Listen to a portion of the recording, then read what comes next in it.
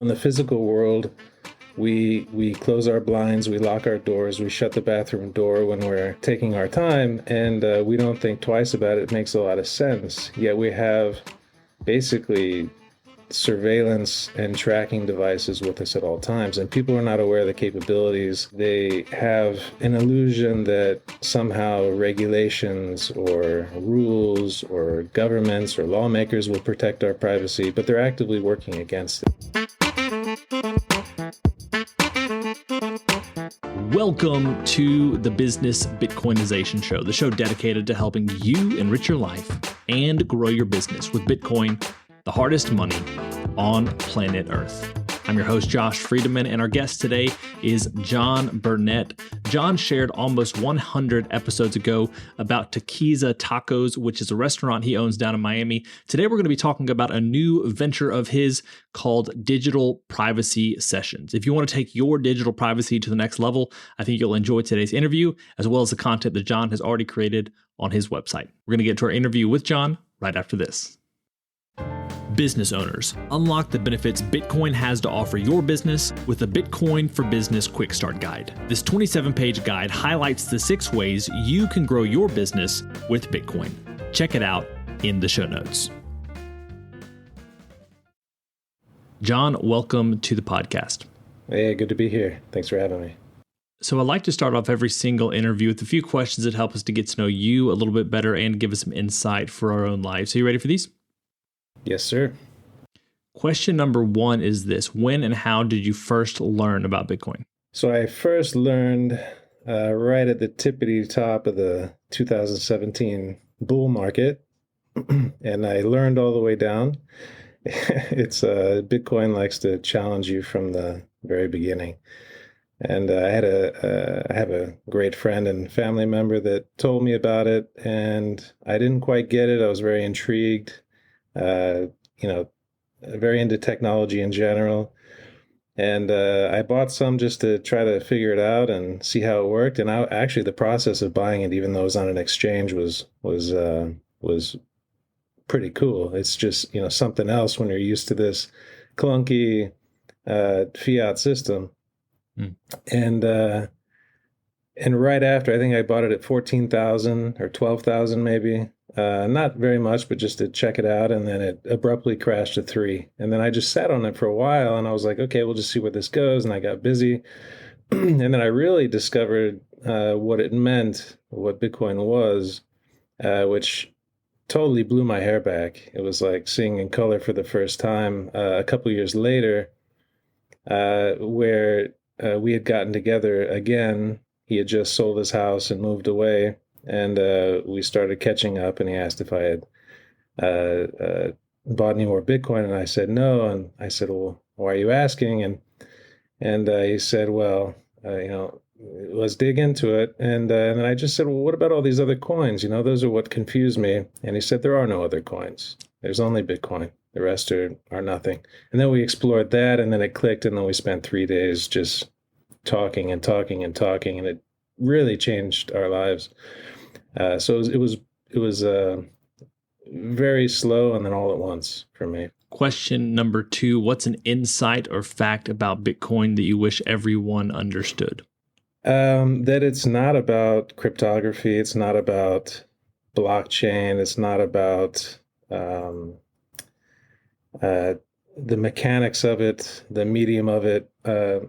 For me, it is really an analogy that, say, for example, when electricity was discovered, the light bulb wasn't the cool part, right? It was just the medium by which the discovery could present itself.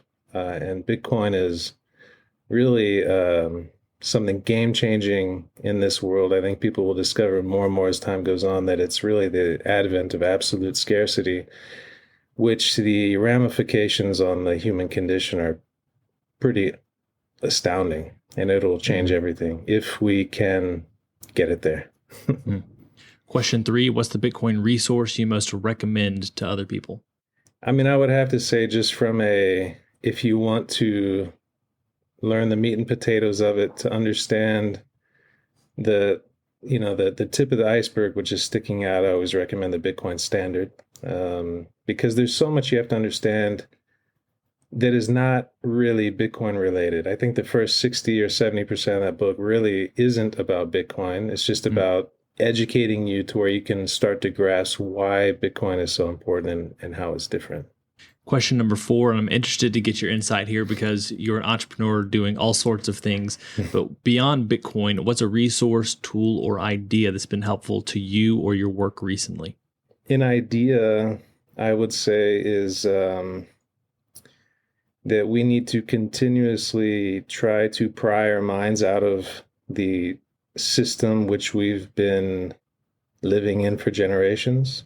We need to continuously seek truth, and not only seek it, but not actively reject it. I mean, we have what's called ontological shock, where if people receive information that is contrary to their reality to enough of an extent, it'll be a shocking event, and people will fight against it or push back against it. And this is by design. And being able to tame that knee-jerk reaction of rejection to any information which comes across your desk. And so I try to keep a framework by which to analyze information that, even if it is contrary to something I already believe to be true, or I have believed to be true, enough of what I thought was true has become false over time, that it has made that pliable. And I think that's super important going into the future, as people start to learn that the world we thought we lived in, we simply don't, and it's something quite different. Now we have our final question. Since you're a repeat guest, my question for you is, what's the part of the Bitcoin rabbit hole you've been going down most recently? For me, it's a little different. I think Bitcoin is a study for sure. And it goes on and on and on because it touches everything. For me, it was the door to kind of step out of the matrix to some degree and start exploring. And so it's really been the rabbit hole that's led to many other rabbit holes. And I think other people get there different ways. But as I go down these different rabbit holes and try to educate myself on various different topics, especially truth and history and all kinds of things, then it is kind of a constant companion of sorts that says, okay, yes, this still has a tie back to truth. And Bitcoin was probably, besides other things we know to be true, like, love and things that are not necessarily tangible, it was an anchor of truth that I could always reel myself back to double check that what I'm looking at is indeed truthful or not. If you were hit by a bus right now, could your family access your Bitcoin? When's the right time to stop hodling and use Bitcoin to impact your family's lives, not just yours? What if Bitcoin doesn't reach the value you expect, or it takes longer to reach that value? Do you have a plan? Do you have the proper trust structure to avoid probate, maintain your privacy, and minimize taxes? Do you want to avoid taxes to stack more sats or leverage your stack without selling? Should you add Bitcoin to your business's balance sheet? Are you truly confident in your self-custody setup?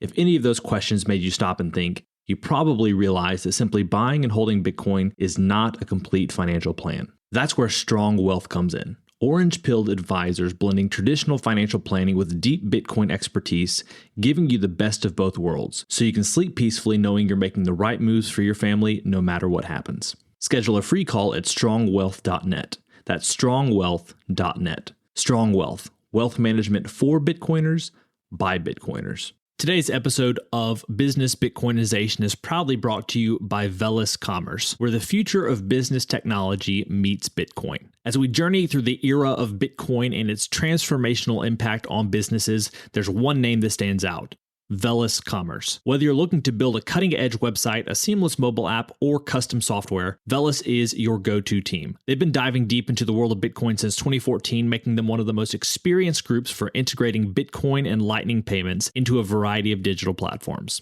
But here's what truly sets them apart. Velis Commerce doesn't just build. They bring a wealth of knowledge to ensure your project's success from day one. Their team understands the nuances of Bitcoin, ensuring that your business stays ahead of the curve. And for all business Bitcoinization listeners out there, Velis Commerce is offering a free consultation to kickstart your project the right way. So if you're ready to future-proof your business in the coming age of hyper-Bitcoinization, head over to veliscommerce.com or reach out on Twitter at veliscommerce. Let's make sure your business thrives in the Bitcoin era. Well, John, we're here today to talk about a new venture of yours. Longtime listeners may remember almost 100 episodes ago when we talked about your work with Tequiza Tacos, how you're implementing Bitcoin there, accepting it for tacos and other of your wares. But now we're going to be talking about something that you've just begun to launch called Digital Privacy Sessions.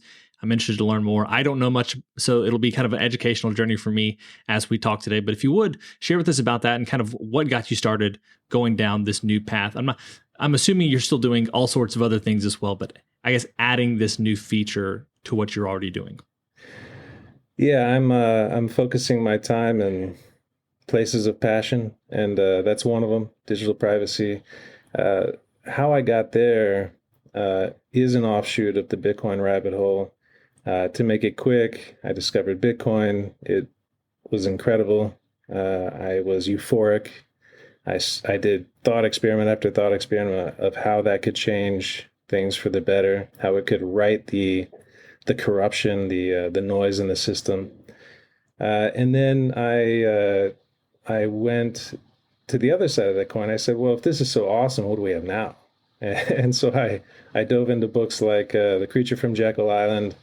There's a section in the later part of that book that talks about the Fed as the doomsday machine, and it gets pretty scary. And then one day I looked at I searched for the Federal Reserve. I need to kind of understand how this is being portrayed, and I looked at a Wikipedia page for the federal government of the United States, and it was nowhere to be seen. So then I went to a chart of the org chart of the federal government of the United States, and it has the Constitution at the top, and it has the three branches of government, and then it all goes down from there. And under independent organizations and government corporations was very tiny, the Federal Reserve. And that's what really, it scared me, to be honest, because that everything is downstream of the money supply, which is really just a medium to confiscate human time. And then I went from there to, okay, it's another independent government corporation is the CIA, NSA, all these government agencies, which are really kind of abstractly part of this government or control apparatus. And then you could kind of connect the dots to, oh, wow, those ideas that were planted in our head that the surveillance state is really just for movies is not true at all. And that it's much further advanced than any of us care to think about or can really directly intuit. In the physical world, we close our blinds, we lock our doors, we shut the bathroom door when we're taking our time, and we don't think twice about it. It makes a lot of sense. Yet we have basically surveillance and tracking devices with us at all times, and people are not aware of the capabilities. They have an illusion that somehow regulations or rules or governments or lawmakers will protect our privacy, but they're actively working against it. And I think is now coming out more and more. And so when I kind of figured out what can I do about this, then I decided that I would just put it out there and see how it goes, and try to specifically gear it towards the beginner, because it's a technical conversation. It's kind of like Bitcoin in a sense that it's technical, it's a bit abstract. People don't know exactly what you're talking about. But if you can roll it out to beginners in a way that allows them to dip their toe into this water, then they can learn how to swim. Probably within the last 6 months or so at our local Bitcoin meetup, we had someone who is much more privacy focused than at least I am, share with us about some of the tools that we can be implementing into our lives. I'm curious to know, what's your approach with digital privacy sessions? Are you planning on creating courses, just creating content, or maybe providing more like one-on-one support to help people make sure that their privacy is where it needs to be? Yeah, all of the above. I currently have a once a week course it's broken into level 1 and level 2. It's for beginners. You can be using Windows and email and a smartphone, and you're qualified. It is the level 1 is designed to be able to take action on all. For one, understand the lay of the land, kind of what we're talking about, why it's important, and then to be able to take actionable items that you don't need to change your hardware or your operating systems in order to do. And those steps will basically encrypt and make private most of your communications. And also, it's kind of like a firefighter. It's, you can have a fire extinguisher, an axe, a mask, a suit, and all that kind of stuff. But if you don't know how these fit together and kind of the uses of each one, you're not going to be an effective firefighter. You're just going to have a lot of pieces to the puzzle, which you're not sure what to do. So that's level 1. Level 2 goes into, well, how do I really leave big tech? How do I opt out of the surveillance system? It's like Bitcoin is opting out of the money system. Regenerative agriculture is opting out of the food system, and we need to completely opt out at some point. And this takes more time, of course, for people to wrap their heads around, but it's getting out of Windows, it's getting out of Apple and standard Android, leaving everything. And so this can take more time. And for that, the courses kind of give the lay of the land, and then they can and they're free. They're just pay what you can. If somebody can't pay anything, no problem. And then they can sign up for one-on-one courses or ask for help. And I'm also going to put this into a video format that can just be released so people can do it on their own time. I want it to be as friction-free as possible because it's people are busy. There's a lot going on. People are struggling with inflation and other issues. And so once a week, well, it may not be the time that they can do it once a week, and it may not be the day of the week that they can do it. So I'll put it out in a video format and continuously update it over time and just spread the word. And in the surveillance state, or the surveillance apparatus, is like any other network effect. The more people in it, the more it benefits the network. And so the more of us that can opt out of it, then it weakens the network, and it allows us to not be swept into this gradual technocracy control system, which a lot of us have heard a lot about. So for those listening right now, if they were to either stop right here or after the episode go do something, what would be those high-level things that you would recommend for people to do that are just the low-hanging fruit in order to enhance their privacy? So if you want to do just a handful of things, you can change your communication via messaging. So a super simple one is just get Signal. There's a hardened version for Android only called Molly. This is the easy fix to encrypted communications on Messenger. Everybody needs to understand the surveillance which happens when you browse online. So you can get Firefox and harden it, or you can get LibreWolf and harden it, which is a version of Firefox. And there's basically 5 extensions which you can install. It takes maybe 5 minutes. And these will constantly kind of be your little bodyguards online. And those are on my website. And we can go into those in another forum. And VPN, I recommend Molvad. iVPN is also great. I don't recommend very many products because I want to make sure that it's easy to use. VPNs are very important. And then we also, that'll take care of most of your online communication. And then you can kind of go down the rabbit hole from there. And there's a lot more to do. Because until you get out of the operating system ecosystem, then you're not really out of the surveillance. You may not know this, but I was using Molvad and starting to hop on some spaces on X and talk, and I kept on having issues. I think it was maybe because of the VPN. Would that be a reason? Do you know anything about that? Have you ever gotten on Spaces and talked before? Have you had that experience, like with your phone in particular?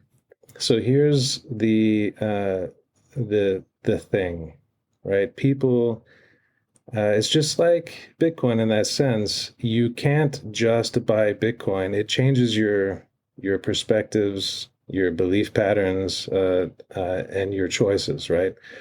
So we can't have security, privacy, and convenience, right? And so there are those that are fighting against the use of VPNs. You'll see Amazon does not want you to use a VPN. And so those are things that you have to say, well, either I want to be private and secure, or I don't want to have to deal with those things. But there's consequences to that decision. And so as you get into it, though, you start realizing, okay, I know how to deal with this. Yes, I have to do some captchas. If I really need to, I can opt out of a VPN service for that particular session. But at large, you can make those decisions on your own. And you can decide to be private when you want. It's kind of like going out into public. You don't need to be private all the time, but you need to know when you're being looked at, when you're private and when you're not. And so these are all types of things that people can get used to, but it's really a part of a mindset that we need to sacrifice some convenience for privacy and security. And there's other options like password managers, which actually bring convenience to the picture, and also privacy and security.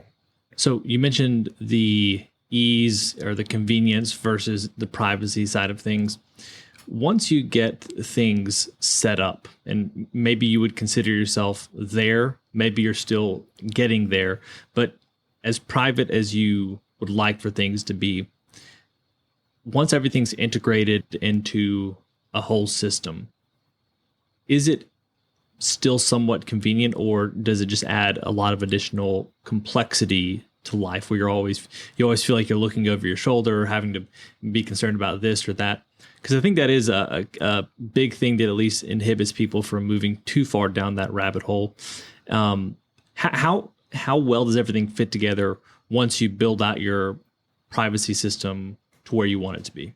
The pieces are all there. This is not what it was 15 years ago with Linux, where you need to learn all kinds of very technical stuff. For me, it is if I open up my computer and I need to access my email, yes, I need to enter a couple passwords and perhaps a two-factor authenticator. It takes 20 seconds, and it really doesn't slow me down.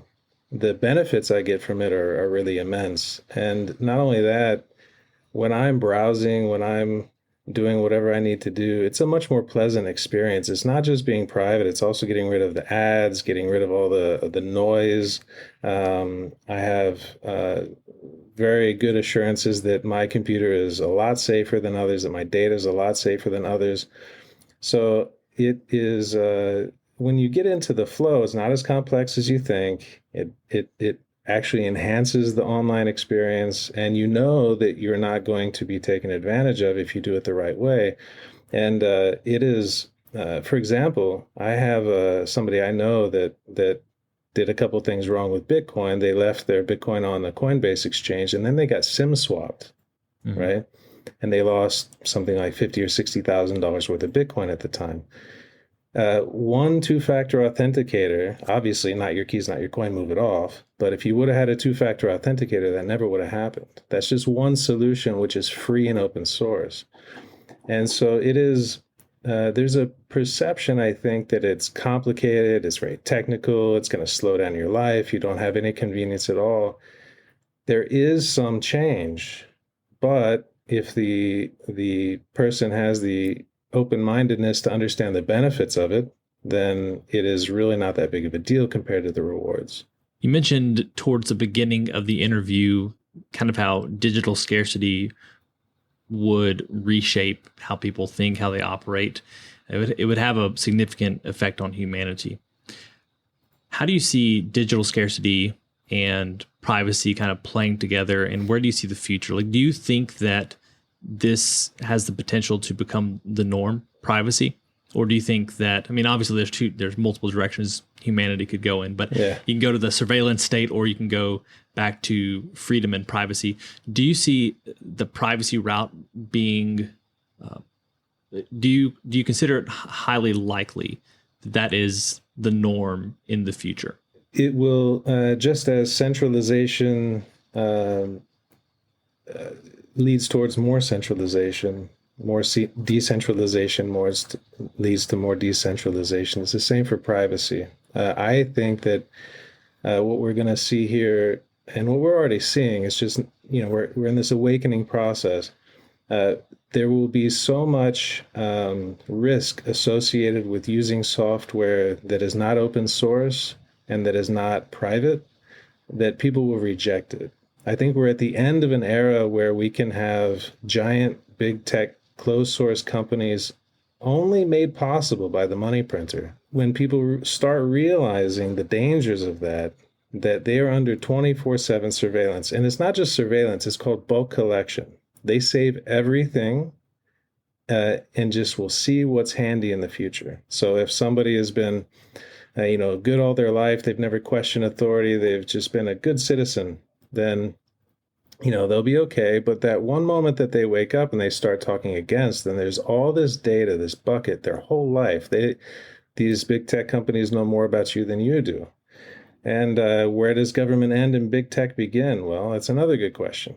So as people start realizing what's going on, the only way to be able to rest easy is to not trust but verify. And that means you verify your own keys with Bitcoin. That means you verify the code with open source technology.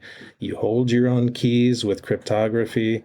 You only have solutions to where there's no or a little chance as possible that your communications and encryption will be compromised. And so, there will be some people that go down the path of just going with the flow. But I think as time goes on, enough people will feel the heat that they will reject closed source, trust me software, and then they will resort to even better solutions, which ensure privacy and security.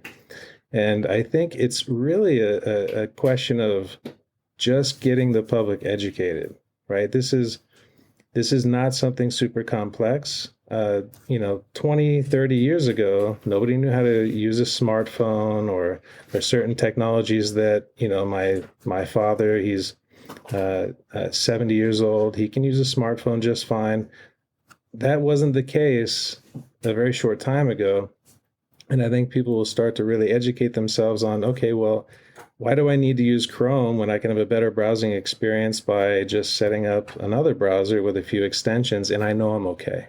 So I kind of transitioned that question more towards, will privacy become the norm?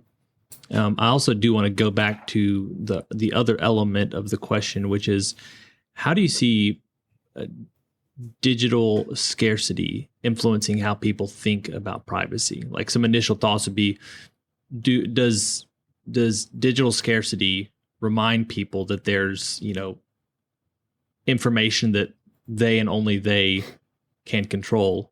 And then does that kind of expand their mind to think, well, why do I allow other people to have access to other information that should be under my control?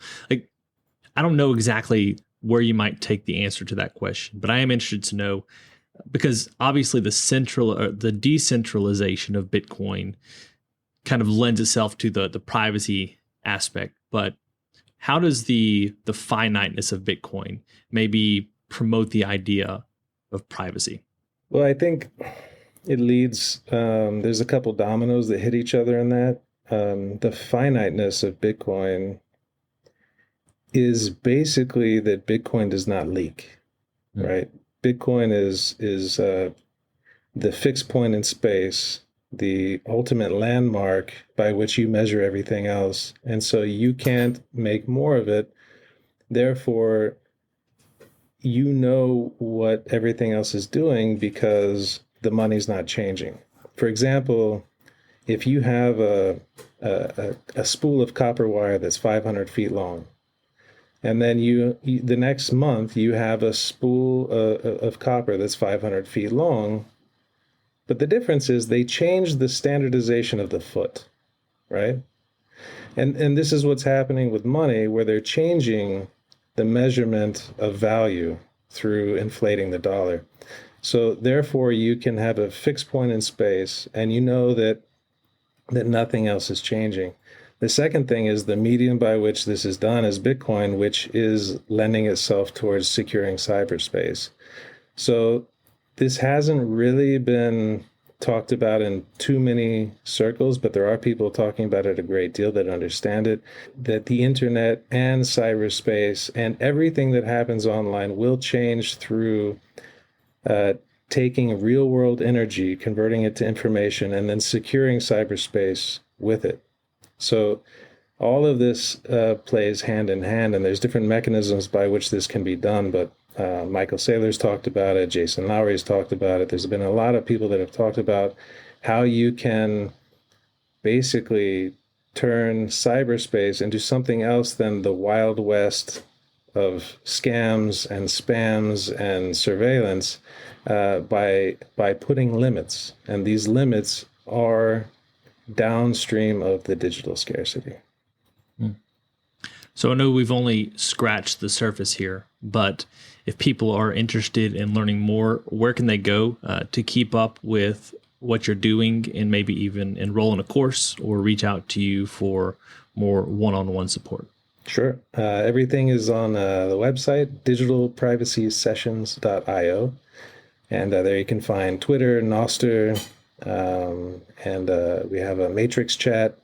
If people don't know how to join Matrix, it's a good way to get into digital privacy. So just hit us up. There's a form to ask questions, email, all of the above. Great. John, thank you so much for your time today. It's been a pleasure. Yep, likewise. Thank you. Well, friends, it's a wrap. Thanks so much for listening to this episode of the Business Bitcoinization Show.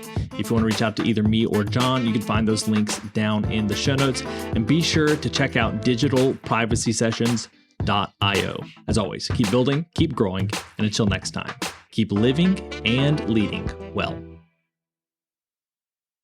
I want to take a second to thank those who've been supporting the show on Fountain across the last month or so.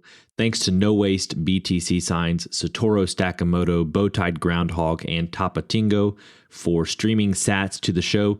Thank you also to those who have sent boosts. There were 2 from the recent episode with Andre Van Heerden about his new company, Air BTC. EU BTC Maxi sent 100 sats and said, great episode, medium of exchange for the win. And Wartime sent 1,000 sats and said, good show, but a friend that Airbnbs his property said the fees on Air BTC are way too high. I can't speak to the fees, but I'm guessing that if he can, Andre will bring those down over time. Also, we have a boost from last week's episode with Oliver Porter from Jippy.